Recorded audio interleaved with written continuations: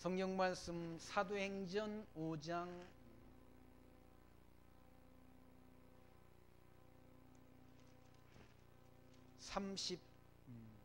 33절 말씀 봉독합니다.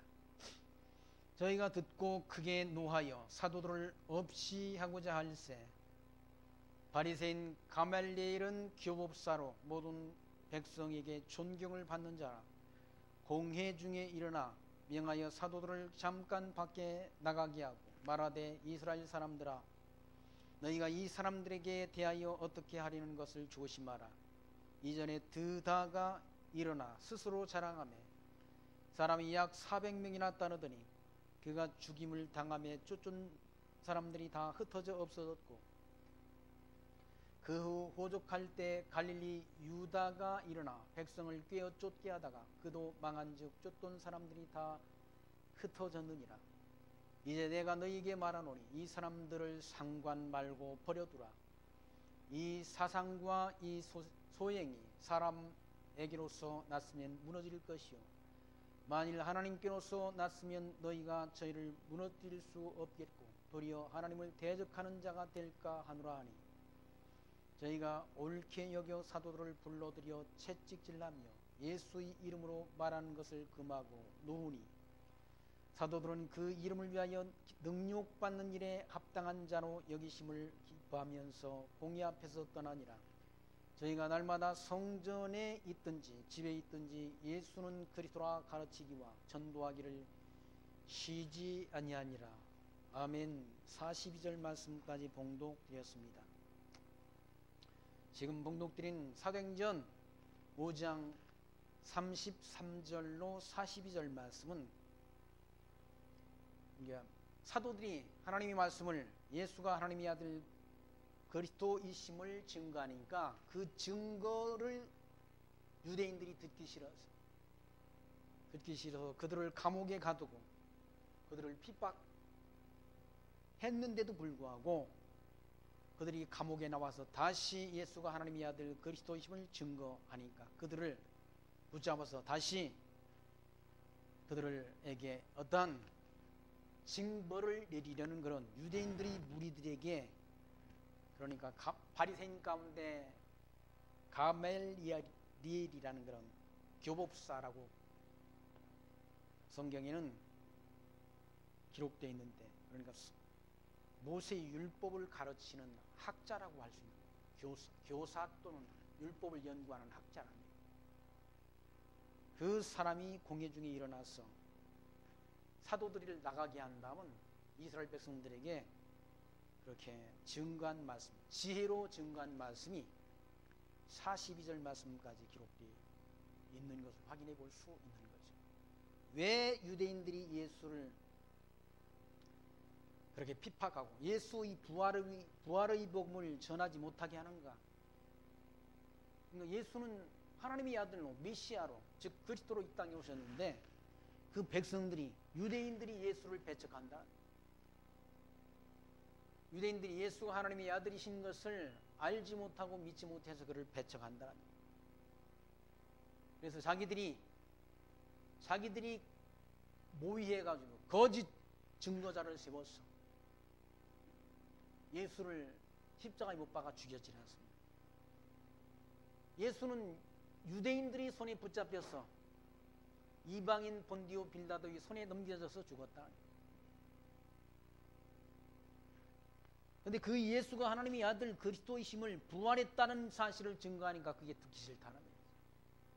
그러니까 참말을 하면 사람들이 다 옳다라고 그렇게 인정하고 그렇게 믿는 것이 아니라 오히려 참말을 하면 사람들이 듣기 싫어하는 거예요.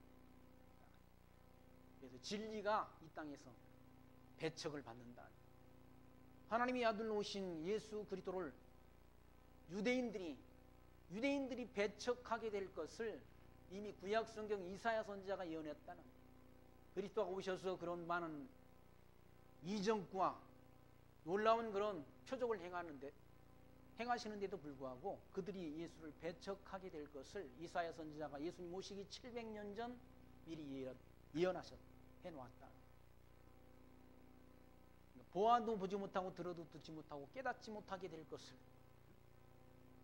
예수님이 오셔서 많은 그런 표적을 행하시는데도 메시아가 구약 성경을 통해서 언약하신 메시아, 즉 그리스도가 이 땅에 오셨는데도, 그러니까 자기 백성을, 예수가 하나님의 아들 그리스도이심을 믿는 믿음의 백성을 구원할 구속주로 이 땅에 오셨는데 보아도 보지 못한다. 그리고 그의 음성을 들어도 듣지 못하게 될 것을, 그래서 믿지 못해서 망하게 될 것을, 멸망하게 될 것을 이사야 선지자가 예수님 오시기 700년 전 미리 예언했다. 그 예언된 대로 이루시기 위해서, 그 예언된 대로 이루어진 거예요. 유대인들이 왜 예수를 십자가에 못 박았는가? 이 구약의 선지자의 예언이 이루어진 것이요. 선지자가 하나님의 아들 메시아가 오게 되면 그가 그런 하나님의 아들이신 것을 표적을 통해서 증거해 주시는데도 이스라엘 백성들이, 유대인들이 예수를 배척하고 예수를 영접지 못하게 될 것을 구약의 선지자를 통해서 미리 예언케 했다. 그 예언된 예언의 말씀이 이루어진다는 거예요. 이루어져야 예수가 하나님의 아들 그리스도이신 것이, 하나님이 언약대로 이루시는 여호와이신 것이 확증되지 않습니까? 그러니까 이 모든 역사는, 세계의 모든 역사, 이 역사는 하나님께서 언약하시고 언약대로 이루어가는 역사란, 언약대로 이루어가는 그 역사를 통해서 하나님이 언약대로 이루시는 여호와이신 것이 증거가 된다, 계시된다. 세상 역사가 다 인간들에 의해서 역사가 만들어지는 것이 아니라 하나님이 정하신 뜻대로 역사가 주관되어진다. 그러니까 과거의 모든 역사, 이스라엘 백성들을 그렇게 애굽 땅에 400년 종살이 할 것을 하나님께서 아브라함에게 언약하시고 그 언약을 이루시기 위해서 하나님께서는 애굽이라는 나라, 고대국과 애굽이라는 나라를 강대한 나라로 그와 같이 키워주셨다는 거죠. 이스라엘 백성들을 애굽 땅에 집어넣어야 되지 않습니까? 그러니까 7년 풍년 다음에 7년 흉년이 들도록 하나님이 역사하셨다. 그러니까 흉년과 풍년도 누가 주관하시는가? 하나님이 주관한다. 애굽에 7년 동안 풍년이 들었다가 7년 동안 기근이 든다는, 그 이스라엘 백성들이 거주하는 가나안 지역까지 다 흉년이 들었다는 거예요. 7년 흉년이 들으니까 먹을 게 뭐가 있습니까? 아무것도 없다는 거예요. 근데 먼저 팔려간 요셉이 애굽의 총리가 돼가지고 양식을 많이, 7년 풍년 기간 동안 양식을 애굽 땅은 많이 저장해 놓았다. 그래서 애굽 땅에 양식이 있다는 그 소식을 듣고 이스라엘 백성들이 아브라함의 후손 70명이 애굽 땅에 내려가지 않습니다. 그렇게 해서 애굽 땅에서 유대인들이 400년 이스라엘 백성들이 머물게 된다는 거죠. 그럼 그런 역사가 그냥 우연히 이루어진 역사가 아니란 얘기죠. 이미 아브라함에게 하나님께서 내 후손들이 애굽 땅에 400년 종살이 하게 될 걸 미리 약속을 해주셨다. 그 약속을 이루시기 위한 역사인 거죠. 그래서 하나님께서 7년 풍년을 들게 하신 다음 7년 흉년을 들게 하셨다. 그러니까 풍년도 흉년도 하나님이 다 주관하는 거예요. 전쟁도 평안도 하나님이 다 주관한다. 물론 인간이 사람과 사람 사이에, 그러니까 국가와 국가 사이에 분쟁이 일어나지 않습니까? 그걸 전쟁이라고 하지 않습니까? 그 전쟁도 누가 주관하는가? 인간이 전쟁을 하지만 그 전쟁을 주관하는 주관자는 하나님이시라는 얘기예요. 나는 평안도 짓고 환란도 짓고, 이 모든 평안과 환란을 누가? 하나님이 주관한다. 나는 빛도 짓고 어둠도 짓고, 그러니까 빛도 어둠도 하나님이 주관하시고 평안과 환란도 하나님이 주관하신다. 이 모든 일을 하는 분이 하나님이시라는 거예요. 그 하나님이 살아계신 하나님이신데 그 언약대로 메시아, 이스라엘 백성들을 구원할 구속주 그리스도를 보내셨는데 유대인들이 알아보지 못했다는, 왜 알아보지 못했는가? 이사야 선지자가 예언했지 않습니까? 보아도 보지 못하고 들어도 듣지 못하고 깨닫지 못하게 할 것을 하나님께서 미리 이사야 선지자를 통해 예언케 하시고, 예언된 대로 메시아가, 구속주가 만왕의 왕으로 이 땅에 오셨는데, 자기 백성이, 곧 자기 백성이 누군가? 이스라엘 백성들이 예수를 배척하고 예수를 십자가에 못 박도록 이방인 본디오 빌라도의 손에 넘겨줬다는 거죠. 그래서 죽인 것 아닙니까? 이스라엘 장로들, 대제사장, 이들이 예수를 십자가에 못 박아 죽였다. 그런데 그 예수가 살아계실 때 말씀하신 대로 사망 권세를 이기시고 사흘 만에 부활하셨다. 그 부활이 복음을 증거하지 않습니다. 예수가 부활했다는 사실을 증거하는 게 복음의 내용은, 예수가 하나님의 아들 메시아다, 그리스도로 이 땅에 오셨다는 사실을 전하는 것이, 증거하는 것이 복음 진리 전파라는 얘기입니다. 그게 전도라는 얘기입니다. 그걸 전하니까 그걸 전하지 못하게 하지 않습니다. 감옥에 집어넣고, 또 감옥에 집어넣으니까 감옥에서 감옥문은 다 잠겼는데도 성령 하나님께서 역사하셔서 제자들이, 감옥에 갇혔던 제자들이 나와서 예수가 부활했다는 사실을 증거한다. 그러니까 가르치지 말라. 대제사장 이런 자들이 예수님이 제자들을 불러다가 28절 말씀 보시면, 5장 28절 보시면, 가로되 우리가 이 이름으로 사람을 가르치지 말라고 언금하였을 때 너희가 너희 교를 예루살렘에 가득하게 하니 이 사람의 피를 우리에게로 돌리고자 함이라 라고 말한다. 예수 이름으로 가르치지 말라고, 예수 부활했다는 사실을 증거하지 말라고 그렇게 대제사장과 그런 바리새인들이 제자들에게 협박하고 공갈을 쳤다. 사도들은 성령의 감동을 받았어. 우리가 사람의 말을 듣는 것보다 하나님의 말을 듣는 것이 더 옳다라고 말했다. 이 당시 대제사장 이런 자들은 엄청난 권세를 가진 자들이란 얘기죠. 사람을 감옥에 집어넣고 재판해서 죽일 수 있는 권한까지 이들이 가지고 있다. 사도들은 죽음도 두려워하지 않는다. 왜 그런가? 성령의 감동을 받아서, 성령의 권능을 받아서 그러는 거예요. 아니, 베드로가 그 성령의 권능을 받기 전에는 3번씩이나 예수를 부인하고 배척했지 않습니까?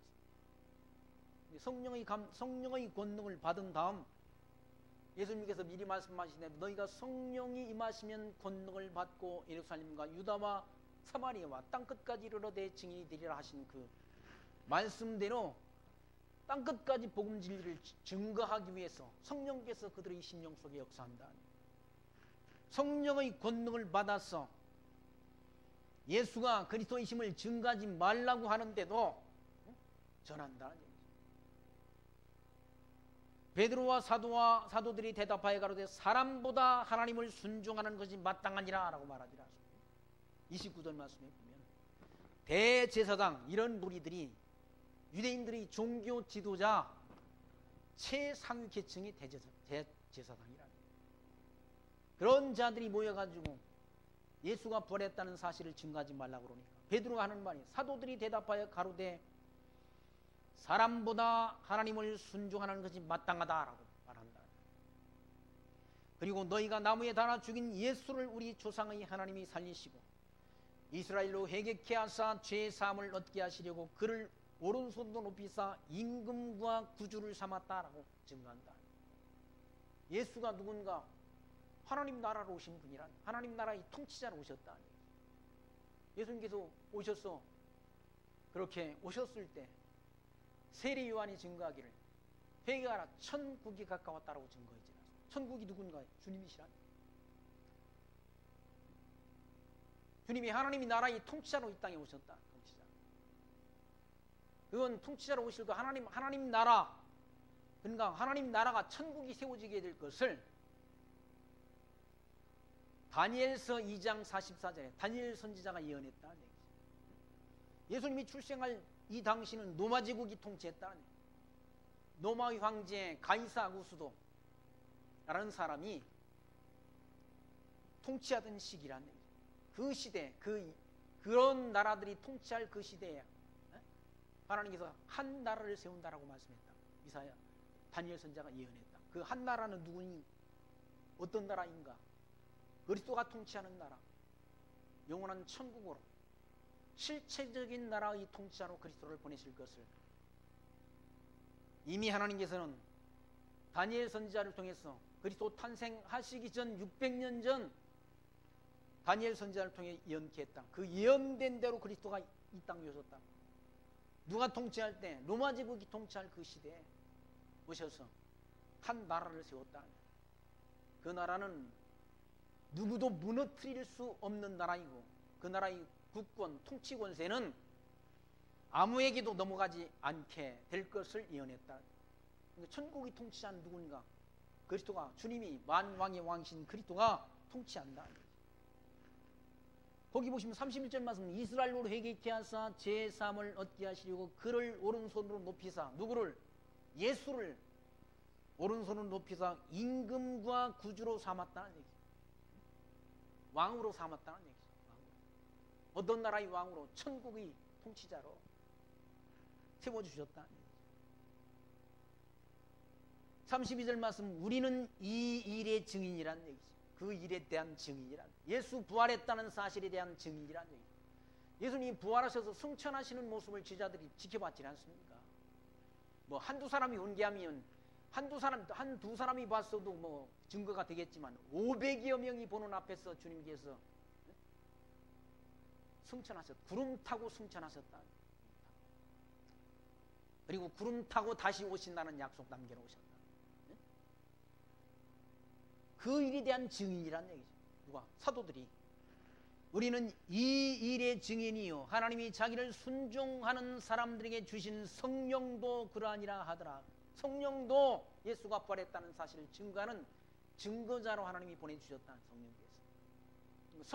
성령의 감동을 받은 자를 통해서 하나님께서 예수 부활의 복음을 증거하도록 역사한다는 거죠. 성령이 아니시고는 성령이 감동이 아니고는 예수가 하나님의 아들 그리스도이심을 알 자도 믿을 자도 없다는 얘기죠. 알 자도. 그러니까 성령의 감동이 없이는 복음 진리 전파는 할 수도 없는 거예요. 성령의 감동 없이 복음 진리 전하는 건 그 다 가짜들이란 가짜들. 가짜들이 진짜들보다 더 많은 시대에 우리가 살고 있지 않습니까? 가짜들. 그 가짜들은 예수 이름 말고도 구원을 얻을 수 있다라고 주장하는 자들이 한국 교회 안에 절반이 넘는다. 절반이. 그러니까 불교에도 구원이 있다고 말하잖아요. 그런 사람들은 불교에. 소위 말하는 종교 다원론을 주장하는 자들이 한국 교회 안에 50%가 넘는다는 얘기예요. 50%. 큰 교회의 지도자들이 다 그런 사상을 갖고 있다는 얘기예요. 불교에도 구원이 있다고 말하는 거예요. 그러니까. 무슨 예수만 가지고 예수만 믿어서 구원 얻느냐? 불교에도 구원이 있고 다른 종교도 다 구원이 있다라고 주장하는 그런 자들이, 그런 기독교의 지도자들이라고 하는 자들이 한국교회 태반이 넘는다는 태반이.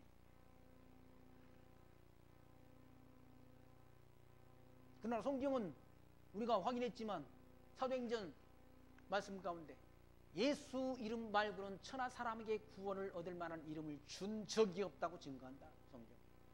예수 이름 말고는 천하 사람에게 구원을 얻을 만한 이름이 하나님께서 주신 적이 없다. 오직 예수 이름을 통해서 우리가 구원을 얻는 것이지, 예수 이름 통해서 우리가 영생을 얻는 것이지, 예수 이름 통해서 우리가 하나님 나라 가는 것이지 다른 길이 없다. 다른 길이.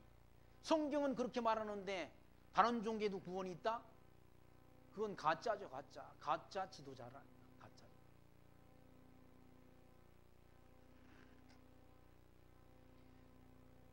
그렇게 사도들이 증거하니까 아까 봉독드린 말씀 33절, 저희가 듣고 크게 노하여 사도들을 없이 하고자 할세. 사도들을, 그 소리 듣고 사도들을 죽여버리려고 그랬다는 거예요.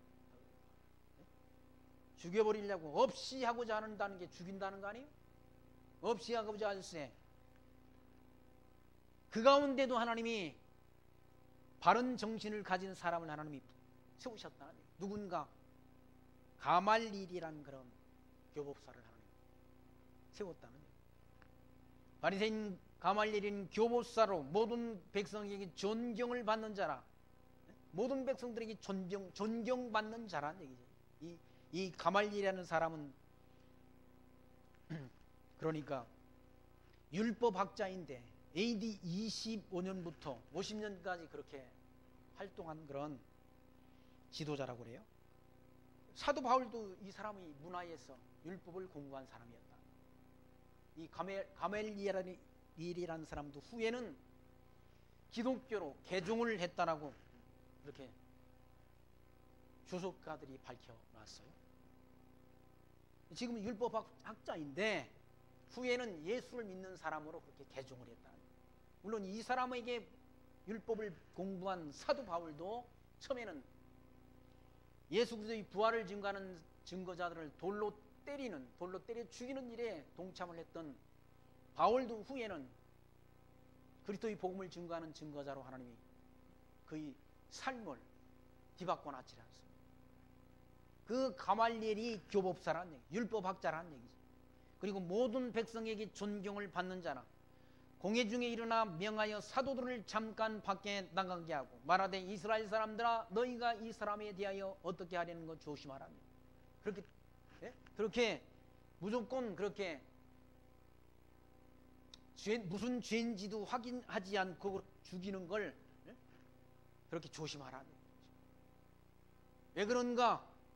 그 이유를 36절에서 밝히질 않습니다. 이전에 드다라는 사람이 일어났다는, 드다가 일어나서 스스로 자랑했다. 그러니까 이단자들의 특징은 스스로 자기를 자랑해. 자기를 자랑해서 자기를 높인다는 이단자들. 아니 그리스도가 높은 분이시고 그리스도가 만왕의 왕이시고 복음 진리를 전한 자는 그리스도를 전하는 거지 자기를 전하는 게 아니잖아. 자기를 자랑해서는 안 된다. 그런데 드다라는 사람은 자기를 자랑한다. 우리가 다 세월호 사건 때문에 그 이단 구원파라는 이단의 교주를 우리가 다 봤잖아요. 봤는데 우리가 볼락에서 본 게 아니라 텔레비전에서 그걸 늘 보여주니까 다 봤잖아요. 봤는데 그 사람 나와가지고 뭐 발차기를 하고 뭐 나이가 많은데도 아직 발이 그렇게 올라간다고 자랑하고 물을 뭐 자기들이 만든 물을 마시고 그 물을 마시면 오래 산다 저기다 하면서 근데 죽었잖아요. 자기를 자랑한다. 그리스도를 증거하는 것이 아니라 자기를 자랑한다. 드다라는 사람도 자기를 자랑한다. 스스로 일어나가지고 자기를 자랑한다. 일어나 스스로 자랑하며 사람이 약 400명이나 따르더니 그가 죽임을 당하며 쫓은 사람들이 다 흩어졌고 400명씩이나 쫓았는데 그가 죽고 난 다음에 다 그를 추종하는 사람들이 흩어져 버렸다.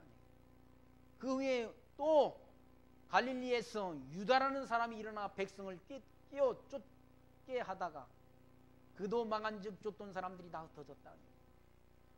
그러니까 예수를 쫓게 하는 것이 아니라 그리스도를 증거해서 그리스도를 쫓게 하는 것이 아니라 자기를 쫓게 한다. 이단들의 특성이 자기가 대단하다. 자기 자신을 높인다는 거예요. 자기가 대단한 능력을 받은 것처럼 성도들에게 자기를 자랑한다. 그런 사람들이 다 한국교회 이단들 아닙니까? 그러다가 다 감옥에 끌려가고 다 하잖아요. 예수님이 뭐 언젠가는 10월 며칠 날 10월 29일 날인지 예수님 재림한다 해가지고 다 방송국에서 기자들이 가가지고 예수님 진짜 재림하는 거 찍으려고 기다렸잖아요. 근데 안 오셨잖아요. 날짜를 우리에게 말하신 적이 없다. 성경에는 날짜, 예수님이 재림의 날짜를 우리에게 알려준 바가 없다는 얘기죠. 시기는 우리가 분별할 수 있지만 근데 그 이단자들은 날짜를 말한다는 얘기죠. 언제 예수님 재림한다 해가지고 재산들 다 뭐 예수님 재림하면 재산이 뭔 필요가 있어. 밍크고토도 필요 없고 금반지도 필요 없는 거지. 천국에 가면 다 길바닥도 금으로 포장을 했는데 다 내게 했다. 다 내게 해가지고 자기는 부자가 되고 그게 이단들이 특성이라니. 그 사람이 감옥에 갔다 나와 뭐 몇 년 동안 감옥에 들어갔다 나와서 지금 또 목회를 한다고 그러지 않습니까? 나는 그때는 잘 몰라서 그랬다고. 이름도 이장님이라는 사람은 이장님. 그런 이단들. 그런 이단자들은 이와 같이 많은 사람들을 속인다는 얘기. 백성들을 꿰어서 자기를 쫓게 만든다. 자기를 쫓게. 백성을 꿰어 쫓게 하다가 그도 망한즉 쫓던 사람들이 다 흩어졌다는 얘기죠. 그러니까 하나님이 뜻이 아니면 안 된다는 얘기죠. 하나님의 뜻이 아니면 망한다는 얘기죠. 하나님이 세운 자는 두들겨 패도 안 된다는 얘기죠. 사도 바울도 얼마나 복음 진리 전하다가 두들겨 맞았습니다. 40에 한 대 가만말을 5번 맞았다. 그러니까 49번 매질을 당하는 걸 5번 당했다. 그리고 태장으로 맞고 돌에 얻어맞고 감옥에 갇히고 헐벗고 굶주리고, 그럼에도 불구하고 예수가 하나님의 아들 그리스도이심을 끝까지 전하다가 순교했지 않습니까? 누구도 막을 수가 없다는 거죠. 38절 말씀 보시면 이제 내가 너에게 말하노니 이 사람들을 상관 말고 버려두라. 이 사상과 이 소행이 사람에게로서 났으면 무너질 것이요, 그들이 전하는 그 사상, 예수가 부활했다는 이 진리를 증거하는 그 소행이 사람에게로 났으면 무너진다는 얘기예요. 사람에게서 나온 그런 사상이면 다 조금 하다가 그와 같이 무너지게 된다는 얘기죠. 그러나 하나님께로 났으면 무너뜨릴 수가 없다는 얘기예요. 하나님께서 왜 땅끝까지 복음 진리가 전파되도록 성령께서 역사하시니까 그 하나님의 뜻은 우리가 무너뜨릴 수가 없다는 인간이. 하나님이 품은 뜻은 그 뜻대로 된다는 얘기죠. 사람이 품은 뜻은 안 되잖아요. 그 뜻대로 안 되잖아요. 사람 마음대로 됩니까? 사람의 계획과 사람의 생각대로 되는 것이 아니라 하나님의 뜻대로 된다는 얘기죠.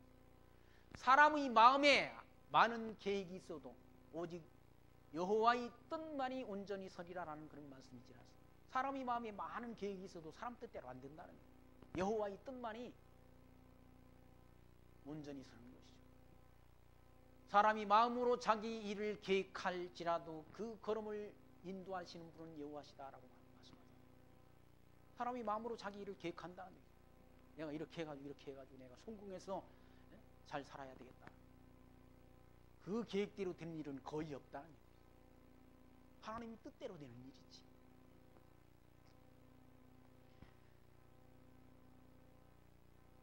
그래서 가말리엘이라는 사람이 39절 말씀에서 만일 하나님께로서 났으면 너희가 저희를 무너뜨릴 수 없겠고 도리어 하나님을 대적하는 자가 될까 하노라 라고 지혜롭게 일러줬다.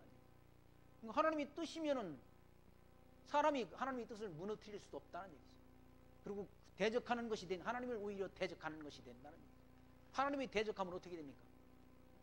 하나님을 대적하는, 여호와를 대적하는 자는 산산이 깨어지리라고 한나가 그렇게 하나님 앞에 증거하지 않습니다. 여호와를 대적하는 자는 산산이 부서진다는 얘기예요. 깨어진다는 얘기예요. 하나님은 우리 창조주시고 우리는 하나님이 피조물인데 피조물이 하나님이 창조주 하나님을 대적하면 되겠습니까? 대적적 관계가 안 되는 거죠. 하나님과. 하나님의 뜻을 우리가 무너뜨릴 수도 없다는 얘기죠. 그리고 도리어 하나님을 대적하는 자가 될까 하노라 하니 저희가 옳게 여겨 사도들을 불러들여 채찍질하며, 아니 잘못한 것도 없으면 그냥 내어주면 되지 왜 또 두들겨 팹니까? 채찍질해요? 예수의 이름으로 말하는 것을 금하고 놓았다는 얘기죠. 예수가 하나님의 아들 그리스도이신 것을 증거하는 것을 하지 못하도록 하라라고 협박을 해서 놓아주었다는 얘기죠. 사도들은 그 이름을 위하여 예수가 하나님의 아들 그리스도이심을 믿는 그 믿음, 그 이름을 위하여 능욕받는 것, 하나님을 위해서 능욕받는 것, 얻어맞고 감옥에 갇히고 핍박당하는 것을 합당한 자로 여기심을 기뻐했다니. 오히려 두들겨 맞았는데 뭐 기쁠 일이 있습니까? 근데도 기뻐했다니. 왜? 우리가 진짜 하나님이 종으로서 하나님이 선하신 일에 우리가 쓰임받는다는 그 생각 때문에 기뻐했다니. 얻어맞고 기뻐했다니.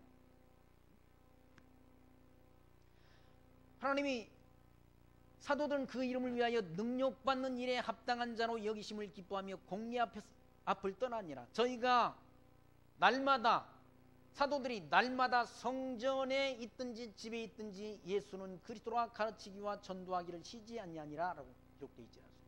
그러니까 복음 진리 전파는 예수가 하나님의 아들 그리스도인 걸 가르치는 거예요. 구약 성경을 통해서 그렇게 하나님이 보내주심하고 약속하신 메시아가 왔다, 그리스도가 오셨다는 사실을 증거하는 것이 복음 진리라는 거예요. 무슨 예수 믿으면 뭐가 어떻고 하면서 예수 믿으면 다 잘 먹고 잘 돼, 기도하면 다 돼, 그런 허접한 내용을 전하는 것이 복음이 아니라는 거예요. 예수가 하나님의 아들로 오셨다. 구약 성경을 통해서 모세율법과 선지자의 글과 시편을 통해서 증거한 오시리라 약속하신 메시아가 왔다는 사실을 증거하는, 오셔서 성경대로 죽으시고 성경대로 부활하시고 성경대로 승천하셨다. 그분이 때가 되면 다시 오신다는 것을 증거하는 것이 복음 진리라는 거예요. 사도들이 증거하는 건 복음 진리 아니? 예수가 그리스도라 가르치는 것, 예수가 하나님의 아들 메시아다라 가르치는 것, 그걸 가르쳤다고 그러지 않습니다. 예수님도 오셔서 제자들에게 예수님 자신이 하나님의 아들로 오셨다는 사실을 가르쳐 주시질 않습니다. 다른 거 가르친 게 아니라 표적을 통해서 많은 권능을 행하시는 그 일들을 통해서 예수님 자신이 구약 성경을 통해서 하나님 여호와께서 보내주신다고 약속하신 메시아라는 사실을 증거했다. 요한복음 1장 말씀에서 빌립이 자기 친구 나다나엘에게 뭘 증거했습니까? 모세가 율법에서 기록하였고 선지자들이 기록한 그 일을 만났다라고 증거하지 않습니다. 그 이가 누굽니까? 메시아를 만났다, 그리스도를 만났다는 거죠. 모세가 율법에서 기록하였고 선지자들이 증거한 그 일을 만났다. 그분이 곧 누구인가? 메시아라는 거죠. 나다니엘이 빌립한테 나사렛 땅에서 무슨 선한 것이 날 수 있느냐라고 말하는데 빌립이 그렇게 답변하지 않습니다. 와 보라, 와서 만나보라. 누구는 메시아를 만나보라. 그러니까 복음 진리의 핵심은 예수가 하나님의 아들 그리스도이신 것을 가르치는 것, 그리고 그 복음을 전하는 것, 그게 전도란 전도. 사도들은 날마다 그 일을 했다. 날마다 성전에 있든지 집에 있든지 예수는 그리스도라 가르치기와 전도하기를 쉬지 아니하니라. 그런 때 제자가 더 많아졌다는 거예요. 그러니까 예수를 그리스도라고 증거하니까 예수를 하나님의 아들 그리스도로 믿는 무리들이 점점 더 많아졌다는 거예요. 많아졌는데 헬라파 유대인들이 자기의 과부들이 그 매일 구제에 빠짐으로 히브리파 사람들을 원망했다. 교회 안에도 히브리파가 있고 헬라파가 있다. 유대인들이 파가 있다. 히브리파. 왜냐하면 그러니까 유대인들을 지배했던 그런 나라들이 지금은 로마 제국에서 지배를 받고 있는, 그 전에는 헬라 제국이 지배를 받았다. 알렉산더 대왕의 그런 영토 확장에 의해서,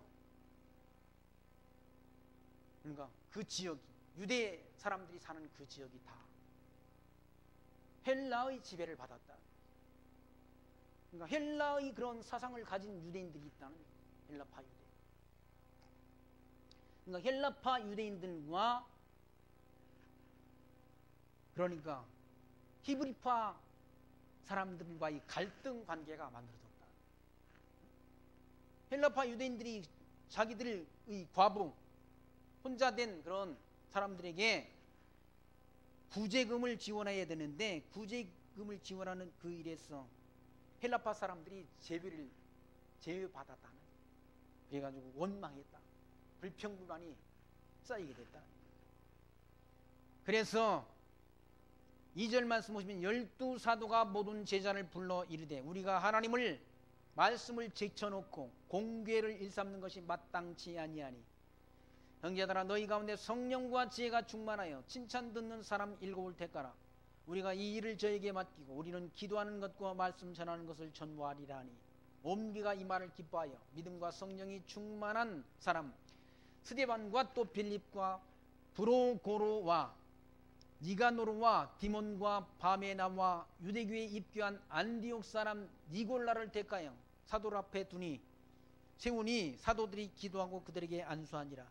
최초의 그런 예루살렘 교회에 그런 집사가 임직된다. 집사가. 교회 일꾼이 세워진다는 일꾼. 그 집사를 통해서 뭘 하게 하는가? 교회의 재정 담당을 하기 위해서 재정의 출납 이런 것들을 다 관리하게 한다. 처음에는 제자들이 그 일까지 맡아서 했다. 말씀 전해야 될 그런 사도들이 그 일을 맡아 하니까 너무 일이 많으니까 그 일을 공평하게 처리하지 못한 부분이 있었다는 얘기죠. 그래서 말씀을 제쳐놓고 공궤를 일삼는 것이 마땅치 않다. 공궤. 사도들은 말씀만 전하고 성도들을 돌보는 것을 누구한테?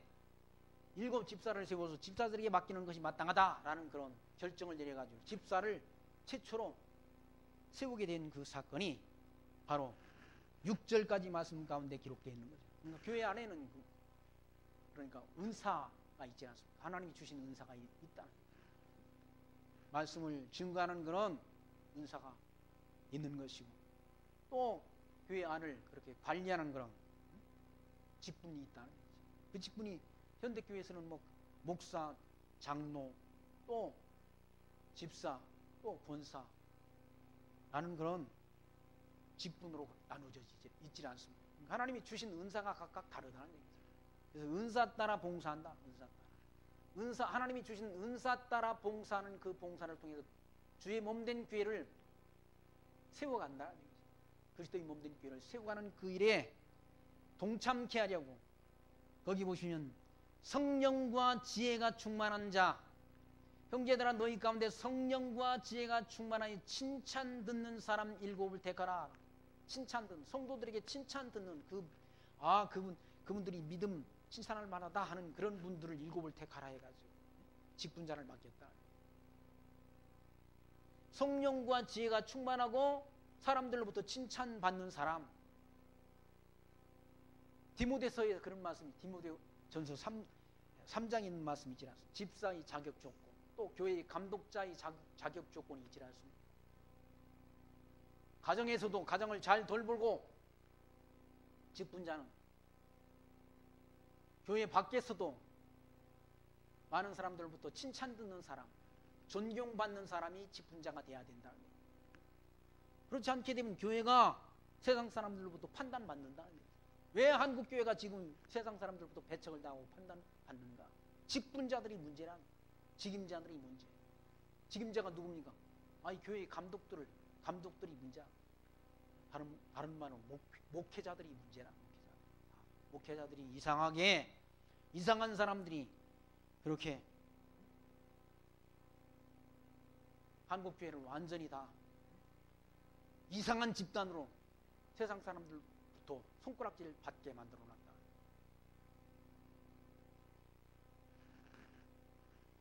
다 교회들이 문제가 돈 때문에 생기는 문제더라. 큰 교회들을 다 자기 자식들한테 세습을 해가지고 다 문제가 되고 시끄럽지 않습니다.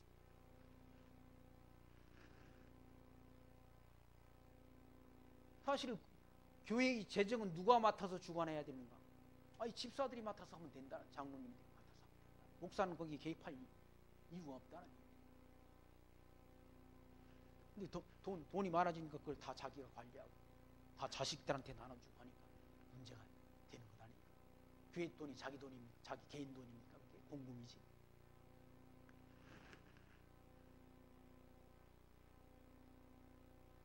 집사를 세워서 초대교회는 뭘 하게 했는가? 재정 담당을 하게 했다. 처음에는 사도들이 그걸 담당했다가 그것까지 맡아서 하니까 너무 벅차다는 얘기죠. 그래서 재정 담당을 누구한테 하게 했는가? 7 집사들에게 맡겨서 그 일을 하게 했다. 그리고 사도들은 말씀 전하는 것. 그래서 3절 말씀 보시면 형제들아 너희 가운데 성령과 지혜가 충만하여 칭찬 듣는 사람 7을 택하라. 우리가 이 일을 저에게 맡기고 그 일이란 말은 바로 성도를 섬기는 공개하는 그 일, 재정 담당을 그들에게 맡기고 4절 말씀 우리는 기도하는 것과 말씀 전하는 것을 전무하리라. 사도들은 말씀 전하는 것, 기도하는 것 그것만 담당한다는 거예요. 분야가 다르잖아요. 은사가 다르다니 하나님이 주신 은사가 다르다니 사도들은 복음 진리를 전하는 그 은사를 하나님께로부터 받은 자들이고, 집사는 그런 재정을 담당해서 그걸 공평하게 지출하는 그 일을 하나님께로부터 은사로 받았다. 그러니까 온 무리가 이 말을 기뻐하여 믿음과 성령이 충만한 사람 스데반과 또 빌립과 브로고로와 니가노로와 디몬과 바미나와 유대교에 입교한 안디옥 사람 니골라를 택하여 사도들 앞에 세우니 사도들이 기도하고 그들에게 안수하니라. 그들에게 기도하고 안수해서 안수 집사를 세우는 거죠. 안수 집사. 집사 안수를 했다. 직분자를 세워서 교회의 어떤 질서를 확립하게 되는 그런 내용이 6절까지 말씀이고요. 그렇게 하니까 하나님의 말씀이 점점 왕성하여 예루살렘에 있는 제자의 수가 더 심히 많아지고 허다한 제사장의 무리도 이 도에 복종했다. 예루살렘에 더 예수를 믿는, 예수가 하나님의 아들 그리스도이심을 믿는 무리가 더 많아지고 제사장의 무리까지도 이 도가 뭡니까? 십자가의 도, 예수가 하나님의 아들 그리스도이심을 믿는 이 도에 복종하는 무리들이 많아졌다. 그래서 주님께서 약속하신 말씀대로 이 복음 진리가 땅끝을 향해서 전파된다. 성령이 임하시면 너희가 권능을 얻고 예루살렘과 유다와, 지금 예루살렘에 복음 진리가 전파되지 않습니까? 다음에 더 멀리 유다에, 그리고 사마리아, 바로 북쪽 이스라엘 지역으로 복음 진리가 확산되고 땅끝을 향해서 복음 진리가 전파된다. 그러니까 복음 진리 전파의 역사, 방향도 하나님께서 정해놓으신 대로 복음 진리 전파되도록 누가 역사하시는? 성령께서 역사하신다. 8절 말씀 보시면 스데반이 복음 진리를 전파하다가 붙잡히게 되는 그런 내용이 8절부터 15절 말씀 가운데 기록되어 있습니다. 스데반이 은혜와 권능이 충만하여 큰 기사와 표적을 민간에게 행했다. 집사인데도 이와 같이 스데반이 하나님의 은혜로 권능을 받아서 권능이 충만하여 큰 기사와 표적을 행했다.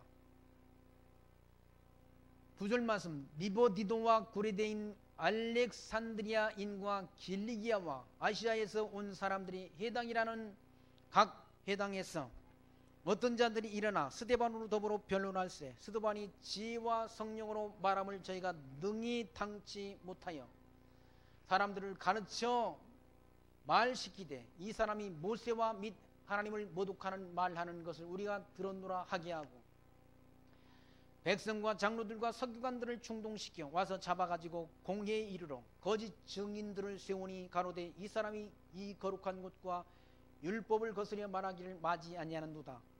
그의 말에 이 나사렛 예수가 이곳을 헐고 또 모세가 우리에게 전하여 준 규례를 고치겠다 함을 우리가 들었노라 하거늘 공회 중에 앉은 사람들이 다 스데반을 주목하여 보니 그 얼굴이 천사의 얼굴과 같더라 라는 말씀이 기록되어 있어요. 스데반이 성령의 감동을 받아서 그리스도를 증거하니까 그 증거를 들은 여러 지역에서 온 사람들 가운데 변론이 일어났다.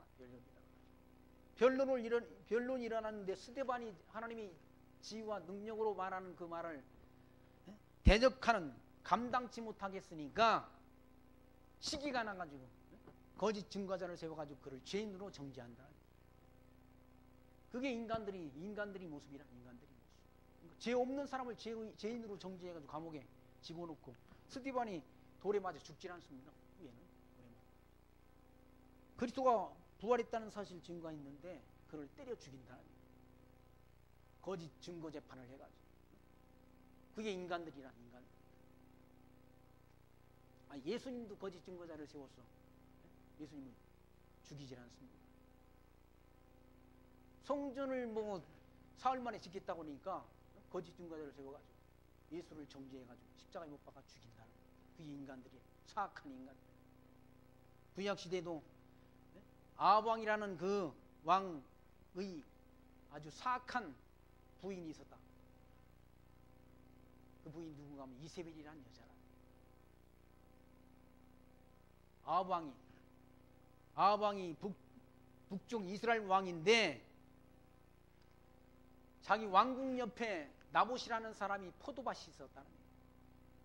근데 그 포도밭을 자기가 가지고 싶은데 나봇이라는 사람이 그 포도밭을 나한테 팔아라 라고 하니까 자기 조상들한테 물려받은 밭이라 팔 수 없다고 거절한다. 그러니까 그것 때문에 근심이 나가지고 들어누웠어요. 아합 왕이. 그 아내 이세벨이 그 소식을 들었어요. 자기 남편 아합 왕한테 당신이 왕이 돼가지고 그런 사소한 일 가지고 들어눕느냐라고 말하면서 내가 다 처리해준다 하면서 거짓 증거자 둘을 세워가지고 나봇이 하나님과 아합을 대적했다라고 거짓 증거자를 세워서 그냥 때려 죽여버렸어요. 때려 죽여버리고 그 밭을 뺏어가지고 아합 왕한테 줬다. 그게 인간들이 작태라는 거예요. 지금 여기 스데반이 무슨 잘못한 게 없지 않습니까? 스데반이 성령과 권능을 받아서 예수가 하나님의 아들 그리스도심을 증거했다. 그 증거를 감당하지 못하니까 10절 말씀 스데반이 그 지혜와 성령으로 말함을 저희가 능히 당치 못하여 사람들을 가르쳐 말시키되 이 사람이 모세와 및 하나님을 모독하는 말하는 것을 우리가 들었다라고 거짓 증거를 하게 했다. 그 거짓 증거를 해가지고 그를 잡아 죽이려는 그런 악한 음모를 꾸민다는 얘기죠. 이 저주받은 세상에서 지배하는 어둠의 권세가 지배하는 세상의 사악한 모습이라는 얘기죠. 그러니까 세상에서는 진리가 반드시 승리하는 것 아니라는 얘기죠. 불의가 오히려 세상에서 득세하는 경우도 있다. 이기는 경우도 있다는 얘기죠. 그래서 거짓 증거자를 세웠다는 얘기죠. 13절 거짓 증인들을 세우니 가로되 이 사람이 이 거룩한 곳과 율법을 거스려 말하는 것을 마지 아니하는도다. 그의 말에 이 나사렛 예수가 이곳을 헐고 또 모세가 우리에게 전해준 규례를 고치겠다 함을 우리가 들었노라 하거늘. 그렇게 거짓말을 했다. 예수님께서 이 땅에 오셔서 모세 율법을 다 이루셨지 않습니까? 모세가 예수님께서 십자가상에서 못 박혀 죽으시면서 하신 말씀이 무슨 말씀이에요? 다 이루었다. 뭘? 모세의 율법이 요구하는 요구를 다 이루었다. 구약시대 율법을 범하게 되면 다 양이나 염소나 송아지 피로 하나님 앞에 제사드렸지 않습니까? 그리스도는 오셔서 자기 몸을 성전 삼고 자신이 친히 제물이 되셔서 양이나 염소나 송아지 피가 아닌 하나님의 아들 독생자 자신이 피로 하나님 앞에 영원한 제사를 드려주심을 통해서 구약이 불완전하고 반복적으로 드려야 됐던 제사를 다 완성했다. 다 이룬 거예요. 다 이뤘기 때문에 다시는 우리가 양이나 염소나 송아지 피로 하나님 앞에 제사 드릴 필요가 없다는 얘기죠. 예수가 하나님의 아들 그리스도이심을 믿는 믿음으로 우리가 의롭다함을 얻게 되고 그 믿음으로 우리가 하나님 나라에 가는 이 놀라운 길을 주님께서 열어놓으셨다. 그래서 예수가 부활했다는 사실을 증거했는데 그래 스데반을 정죄해가지고 잡아 죽일 그런 거짓 증거자를 세워서 그를 정죄해버린다. 이런 것이 세상이라. 이런 것이 세상. 오히려 거짓을 사람들이 좋아한다. 진리보다도 거짓 것을 좋아한다. 사도 바울이 그렇게 디모데에게 말씀하지 않습니다. 때가 되면 사람들이 악해져가지고 때가 되면 사람들이 점점 더 악해진다. 악해져가지고 이 길을 듣는 길을 진리에서 돌이켜 허탄한 이야기를 쫓는다. 황당한 이야기를 더 좋아한다. 그 길을 진리에서 돌이켜. 진리를 듣기 싫어한다니 오히려 거짓 것을 듣기를 좋아한다. 그러면서 디모데에게 너는 배우고 확신하는 일에 거하라. 모든 성경은 하나님이 감동으로 된 것으로 교훈과 책망과 바르게 함과 의로 교육하기에 유익하니 이는 하나님이 사람으로 온전케 하며 모든 선한 일을 행하기에 온전케 하려 함이라 라고 가르쳐 주지 않습니다. 이 성경 말씀을 배워라. 확실한 복음을 들어라 가르치지 않습니다. 예수가 하나님의 아들 그리스도이신 것은 분명하다.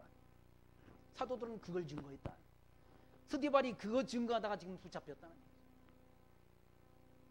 대적들이 믿거나 말거나 예수는 하나님의 아들 그리스도이신 것이죠. 그는 성경대로 죽으시고 성경대로 부활하셨고 성경대로 승천하셨고 때가 되면 반드시 심판주로 오신다는 약속을 교회에게 남겨놓으셨다는 사실을 기억하시면서 그 하나님 범사에 인정하며 예수를 그리스도로 믿는 그 믿음 늘 마음속에 간직하시고 살아가시기를 부탁드리며 말씀 마칩니다. 기도합니다. 하나님 감사합니다. 오늘 또 사도행전의 말씀을 통해서 사도들의 증거를 통해서 예수가 하나님의 아들 그리스도이신 것을 저희들 확증 얻게 하신 하나님 감사합니다. 이 광야 같은 거짓이 난무하는 이 거친 세상 살아가는 동안 예수가 하나님의 아들 그리스도로 믿는 이 믿음 잃지 않고 소중히 간직하게 하시고 우리 달려갈 길 마치는 그날까지 진리 안에서 승리하는 신앙생활을 해갈 수 있도록 우리를 하나님의 은총 가운데로 늘 인도해 주옵소서. 예수님 이름으로 기도하옵나이다. 아멘.